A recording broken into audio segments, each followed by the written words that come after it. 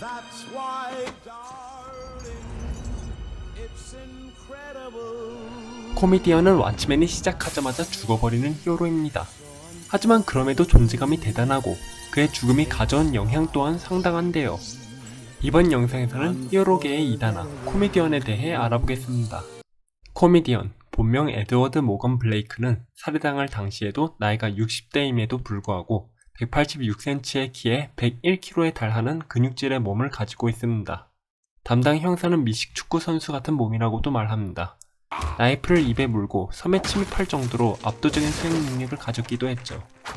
사상적으로도 보수적인 그는 닉슨 대통령과 합이 잘 맞았는지 갖은 악행에도 불구하고 정부의 비밀 요원으로서 업을 이어갑니다.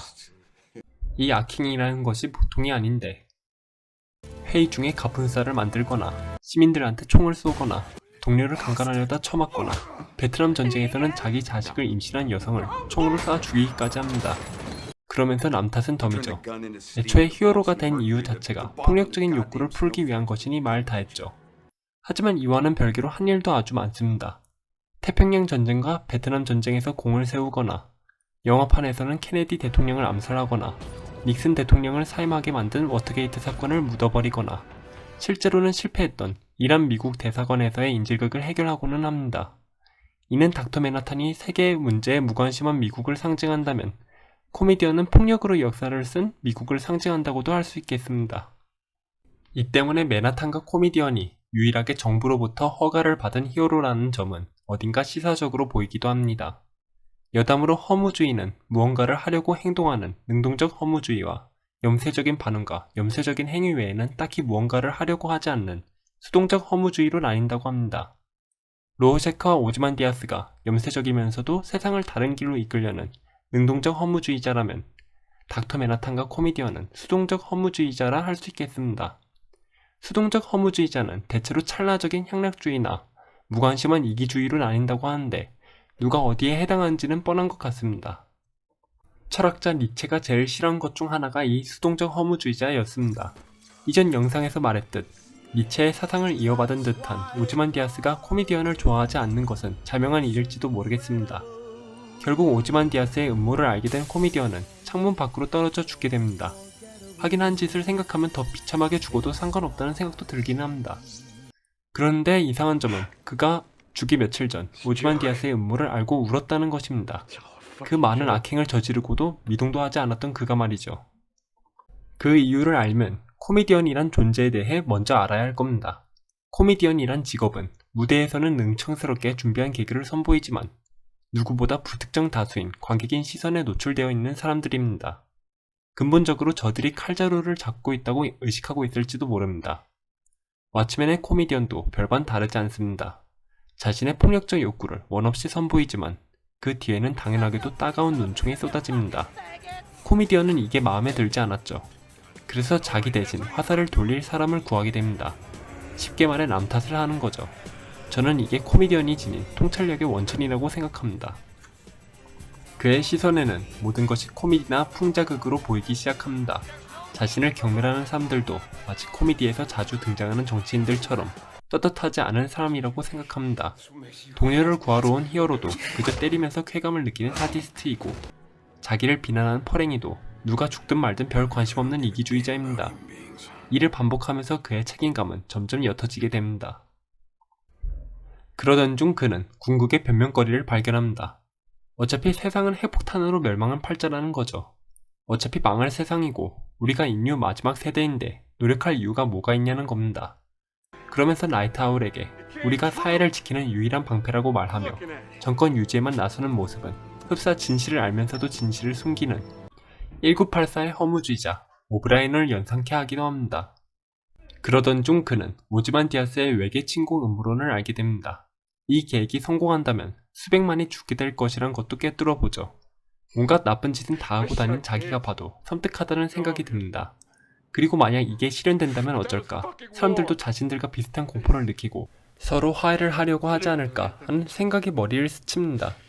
이어서 그가 믿어 의심치 않았던 세상의 끝이 허구란 것을 깨닫게 됩니다.